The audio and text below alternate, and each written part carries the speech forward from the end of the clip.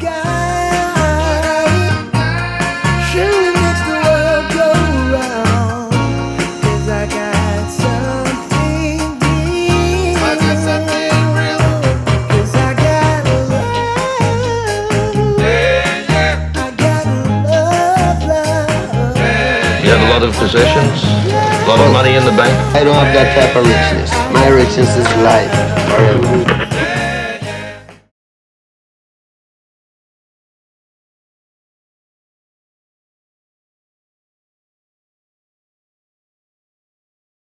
Welcome back to the Queendom of Creativity. So I'm going to jump straight into today's video. Today I'll be telling you everything you need to know before traveling to Cancun, Mexico. The first thing we did before traveling to Cancun was actually get our passports. We didn't get our passports until 4 weeks before our vacation. So we didn't actually know if we would have our passports in time before we left for our trip. And they arrived literally 2 days before we left. It was a very impromptu trip, although I knew I wanted to take this vacation for a while. So we literally booked our flight and hotel and transportation 2 days before we left. So we were in a real scramble. I made a trip to TJ Maxx. I bought this suitcase here. I will link it below if I can find it. And it's just a hardback or hard body suitcase. And it has like a wildlife or jaguar print on it. And then once we received our passports, I knew I was good to go ahead and book the trip. So that was the next thing. I already bought our tickets for our flight through Spirit Airlines. And we still didn't have a hotel. I was like, Lord, if it's meant to be, please show me a hotel and transportation. If not, I'll know. You're telling me it is not meant for us to go. From there, I found our hotel that we stayed at called TRS Coral, and I booked it through the Grand Palladium group hotels and their direct website. I also noticed that my room would have been like $200 or $300 more had I not become a free member of the Grand Palladium group. And so that's what I did. You basically just sign up, give them a little information about yourself, and I was able to book directly through their site and save $200 just because I became a member. Here is where things got a little not so good. So it wouldn't allow me to actually click the book and reserve button unless the page was in Spanish.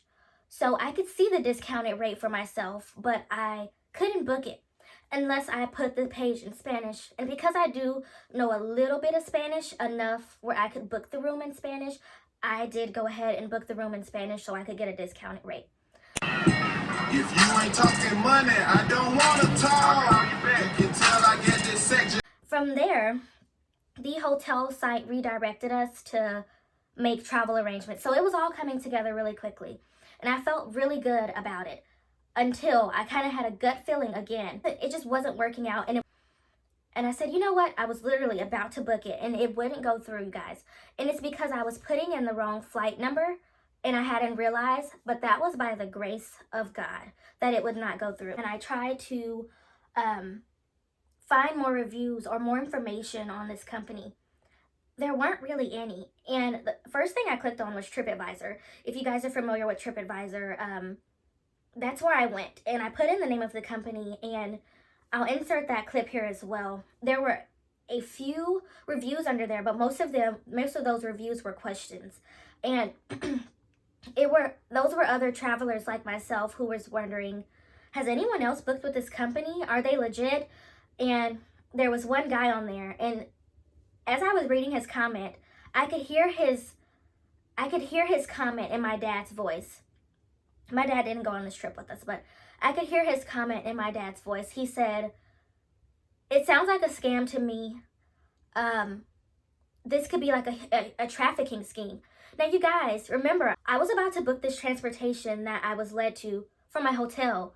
So it was all kind of wishy-washy. I feel, really scared that someone else is coming in and so from there, we went on to the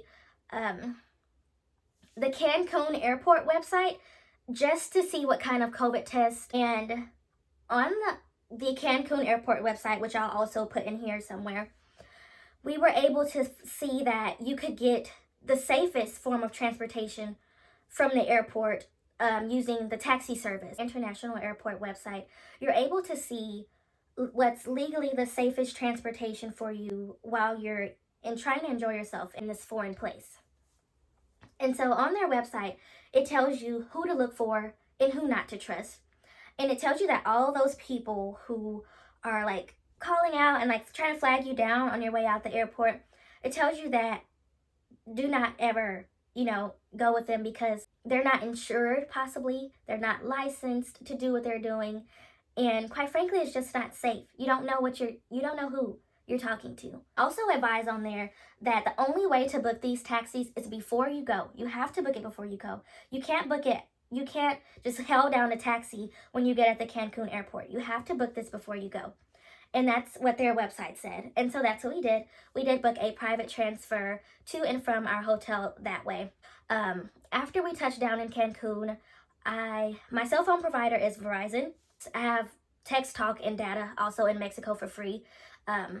It's literally the same as here, so that was great. And as soon as we met our driver, I took a picture of him.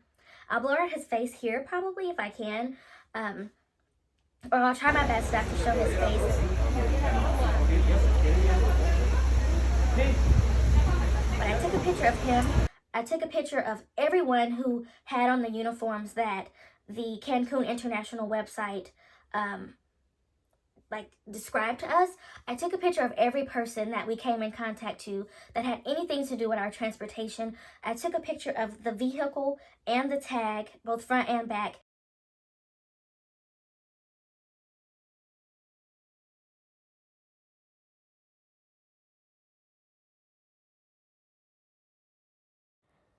Quick side note, me and my family did double mask the entire time we were on the plane and in the car.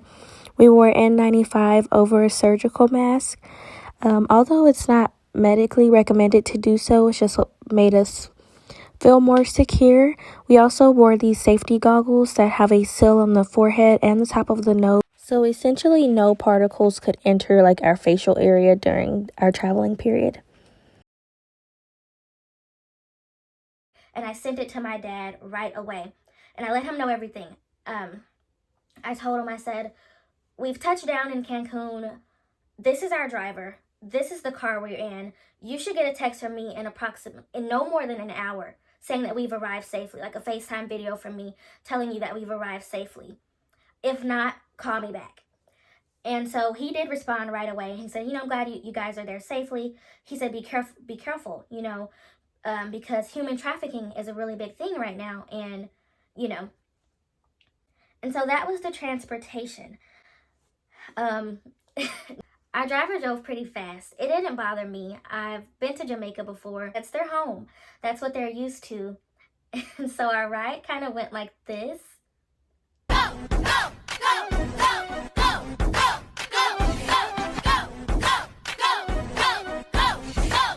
Who's next?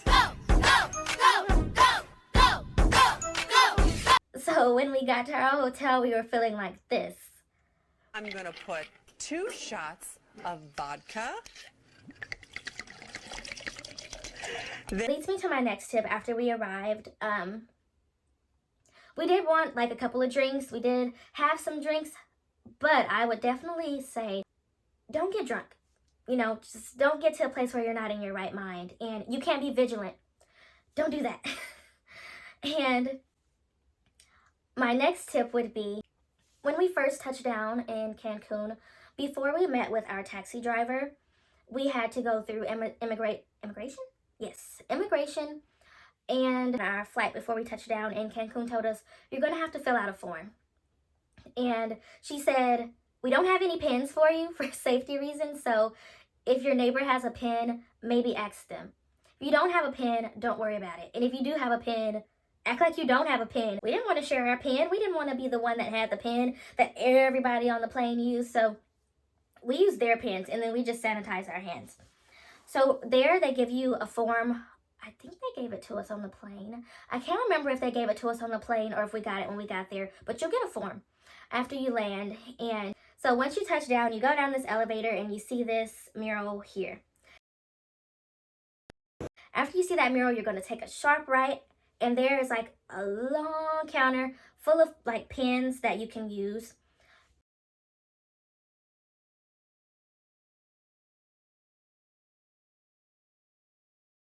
So once you land, and before you go to baggage claim and to meet your transportation, you go through immigrations. And it's relatively a quick process. It's honestly not very hard at all. And we're just slow by nature, me and my family. So the line was pretty much gone by the time we figured out what to do. So we sign the paper, and they're going to tell you, you want to keep that bottom part because that's going to get you back in to the country, your home country, which I'll insert a picture here as well. And it's really, really easy to fill out. Once you fill that out, you're able to take your passport and go through immigration, and they just stamp your passport. They kind of say, you put your mask down, they look at you, look at your passport, you're good to go. And then the trip at our hotel was great. The only thing that I would say to do, and I'll insert a picture here, we always had hand sanitizing wipes on us. And we had these, but honestly, you guys, I like this brand better. Just because these wipes here are more soapy. They actually lather up and they're wet. These ones here, they worked for what I needed them to work for, but they were almost dry, which wasn't my favorite. And these were the only ones I had at the time because these were a better deal. So I got these instead of these. And I'm kicking myself in the butt for it now, and this is why. And I don't know why. It was honestly, I think it was just me. Was it just me? No, it was everyone. Everyone in my family that went. Only thing that we forgot was anti-diarrheal medication. Yes. We all had the most insane diarrhea.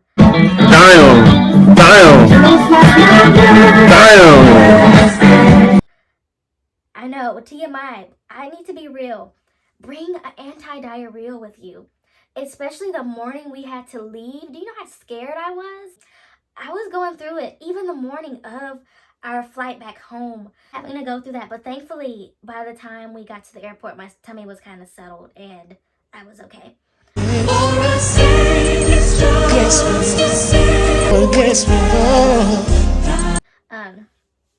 Another thing, when we did arrive to the airport, now our hotel TRS, come here, Ben. Good boy.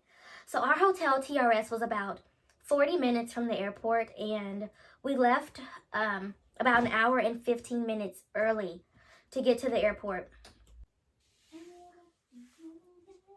I don't even know what I was saying.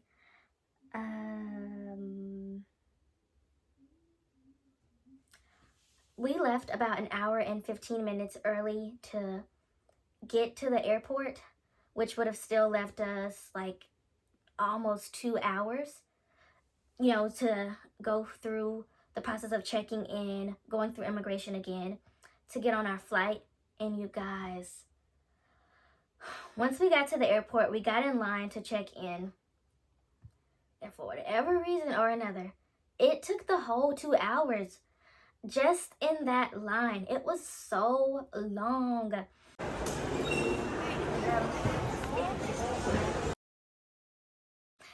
And that's my next tip. Wear tennis shoes. Wear comfortable shoes. I don't wear slides in the airport. I don't wear heels in the airport. I don't do nothing fancy like that. Oh, and the little piece of paper, that's when that came in handy at check-in. Like I said, we did fly Spirit. So once we walked up to the desk, he just stapled it. He basically stapled that to our ticket, and then we also gave him our negative COVID test from the hotel, and he stapled that to our ticket. I wish I still had it. If I do, I'll insert a picture of it here. But he stapled all that together, and then, so once we did that, there's an elevator that leads up to TSA, and like I can never think of that word. TSA, and where you go if you're coming back home with tobacco or alcohol. So once you get through checking in and getting your plane ticket printed, you go up an elevator.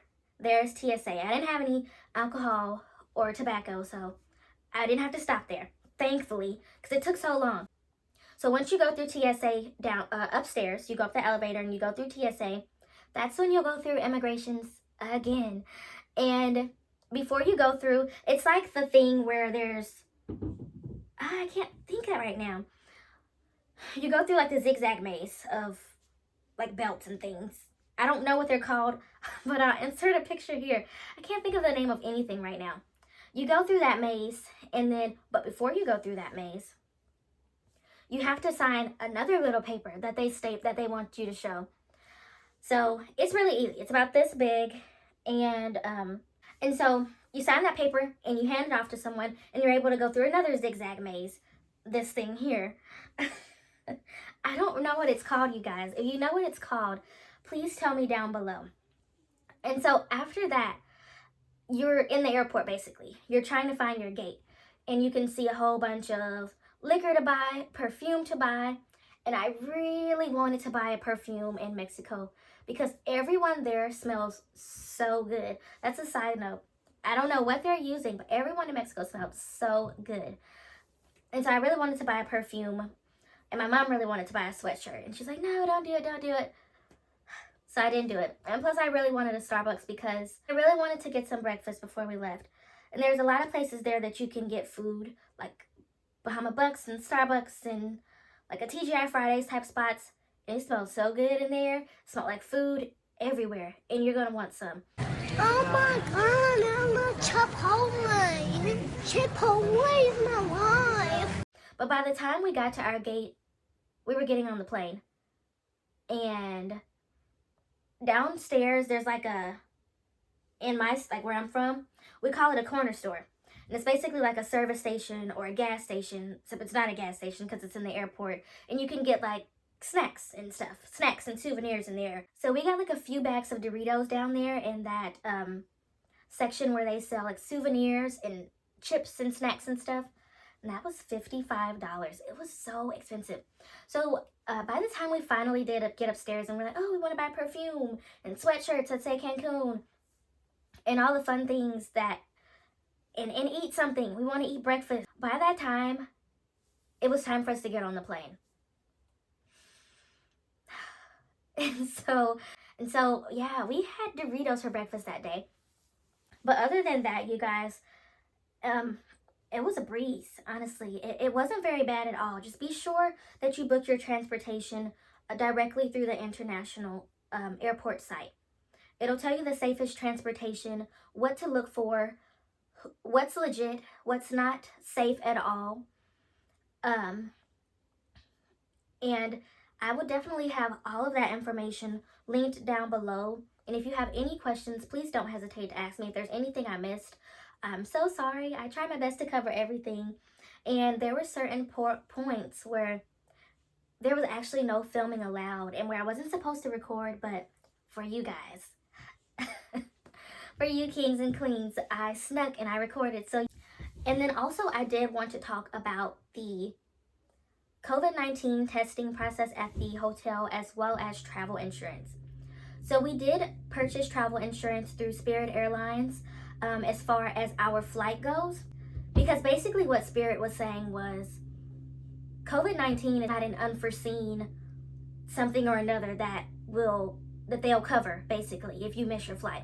So you have to purchase insurance for that.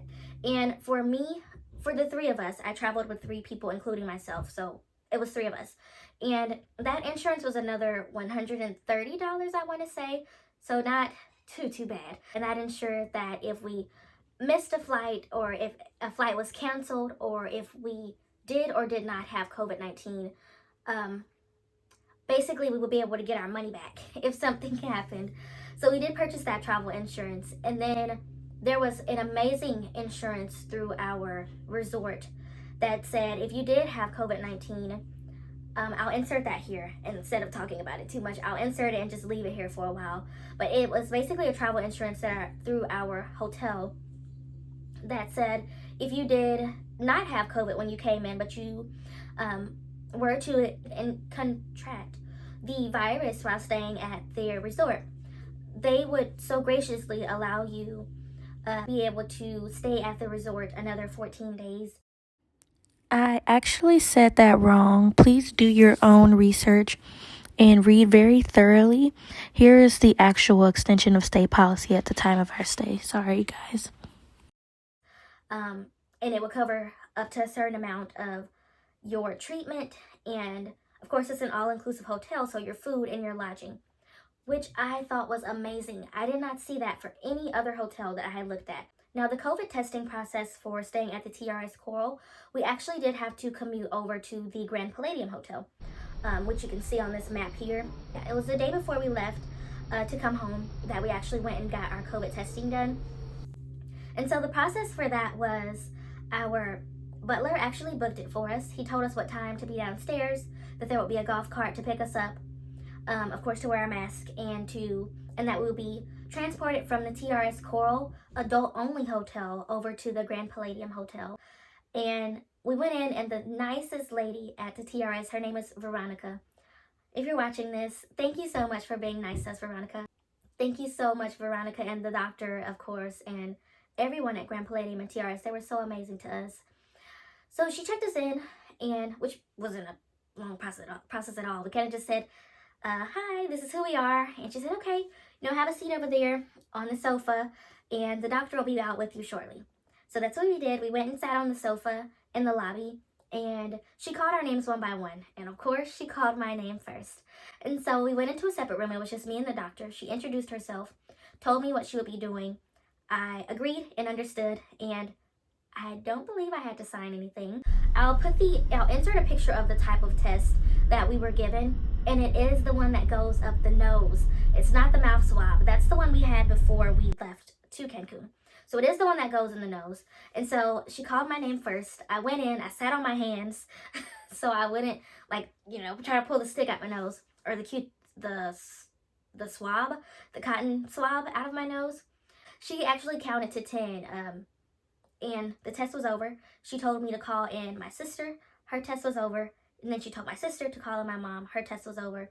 Once the testing was all over, and we were all almost in tears because that was intense, we went back to see Veronica, and she said, hey, either we'll if you don't have it, you probably won't hear from us. You probably won't hear from us till tonight or in the morning. But if there's anything you need to know, we'll slide an envelope under your door. Honestly, I don't remember when we got the results, but my mom opened the envelope, and all 3 were negative. We did go to Cancun with negative test results as well. So thank you, Jesus. And Sorry guys, this is editing me popping in. I just realized that I totally didn't say anything about the COVID testing process before traveling to Cancun. And we left from the States, and so it wasn't required for us to have a negative COVID test upon entering. We just wanted to have the test for our own security and out of consideration, basically, for everyone else around us. And this is how that oral test looked. So something I recommend whenever you're traveling, something that we've always done, even if it's just traveling to see a family member that lives 20 minutes away, something I always recommend, and this is the one time I didn't do it and it bit me in the butt. I recommend, or something that me and my family does, we take alka-seltzer and, what's the other one? Emergency. And the emergency is like a vitamin C or immune builder, and we take the emergency with elderberry, which is also another immune builder. And alka-seltzer is actually medicine, so I would say talk to a doctor maybe before taking that if you want to. I didn't. It's just something that we take before going to bed, and to kind of keep our immune systems up. And so it's like the alka-seltzer is actually a nasal decongestant. It is a cough suppressant, that kind of thing, acetaminophen. So it is actually medicine. So you may want to talk to a doctor before taking it. And I'm not a medical professional yet, so don't take my advice. How do people give that disclaimer? You don't have to take my advice. I guess that's what people say. I don't know. That's just something that we do. So even if we don't experience symptoms while we're away or we're visiting with other people, it just kind of keeps our immune system strong. Nips it in the bud before it can happen. But the week after we got home, I was so sick. I'm going to be honest. I'm not even going to lie to you. Number one, like I said earlier, I had like some crazy diarrhea going on. I should be skinny right now. I don't know what happened there. It could have been like the alcohol, because I typically don't eat and drink like that on a regular basis. So I don't know what it was. And then another thing that happened was I think it was sinuses because the allergens and like the pollen in my area was really bad when we first returned. But my nose was burning from that day and then the following week ahead. I was always nauseous. I never did throw up or anything. It was just the diarrhea. But I was always nauseous. I didn't want to eat anything. I did lose my sense of taste and smell. And I did not get tested for COVID that week because I didn't want to. I should have probably done that, but I didn't.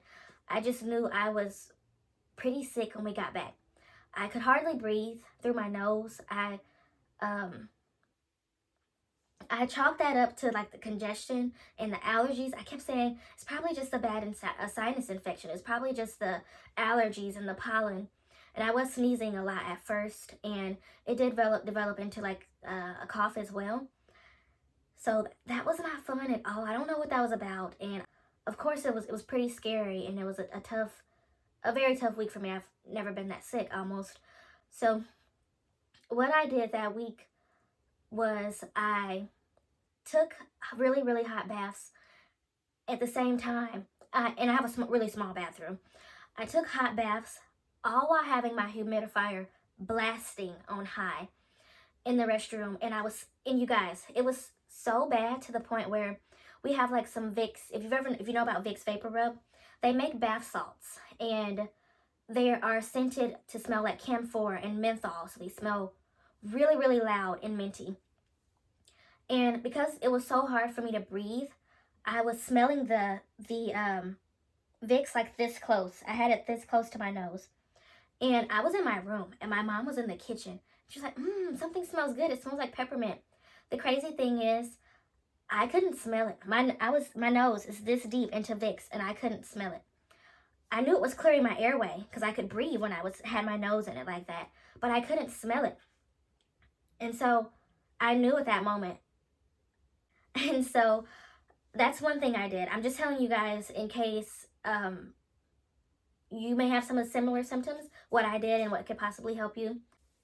Something else I did during that week when I was feeling like that was I ate oranges, even though I didn't have an appetite and I didn't want to eat anything. And anything I ate, my body wanted to reject it. And everything I ate made me nauseous. I ate oranges, fresh oranges, no longer the emergency and stuff. By that point, I wasn't taking emergency and alka-seltzer. I was taking Theraflu day and night. And I was eating oranges. I think I managed to eat one apple. And also, I would have my mom make me some homemade salsa. And I'll list the recipe for that salsa here. But that salsa had one tomato, almost an entire jalapeno pepper, and 2 large cloves of garlic, and a pretty thick slice of onion. So imagine, the point of it was I was trying to ingest 2 cloves of garlic. That was really the point of it. And the jalapeno, because it's kind of acts as an anti-inflammatory. So that's what I wanted to get in my system. But I wasn't just going to eat a naked clove of garlic, so I put it in the salsa, and I ate the whole bowl within 2 sittings. I tried my best to eat it in one, but I just couldn't do it anymore if I wanted to keep it down. So we do that salsa, and we do oranges and Theraflu when we're feeling under the weather. And it could have been the flu. I don't know. When the flu season was really bad, that was also what we did, and it got us back like that. And the other thing I did was I drank a lot of green tea, just in case it was the flu, because that really helps with the flu. So the thing that I would say helped the most during that week when I got back and I was super sick was taking a bath, a hot bath, and sweating it out, all while having my humidifier. And I got my humidifier from Target, so I'll link it down below. But I blasted my humidifier all while taking a bath with the door closed, a hot bath. So this room was so steamy, you guys. And I could have stayed in there all night, because that was the one thing that gave me relief, was just sitting in the tub and sweating it out. And having that humidifier on to kind of open up my sinus. It was so much steam from the bath and the humidifier that the smoke alarm was going off. All smoke detectors were going off all throughout my house. And my house is like 2,000 square feet. So for it to be detecting smoke and the door was closed. It tells you how bad it was. I wasn't there about 2 hours, so it makes sense. But that was what was giving me relief at that time. So I would say that is all my travel tips. If you were able to get anything from this, please consider subscribing and liking. Love and appreciate all you kings and queens. And I hope you return to the Kingdom of Creativity.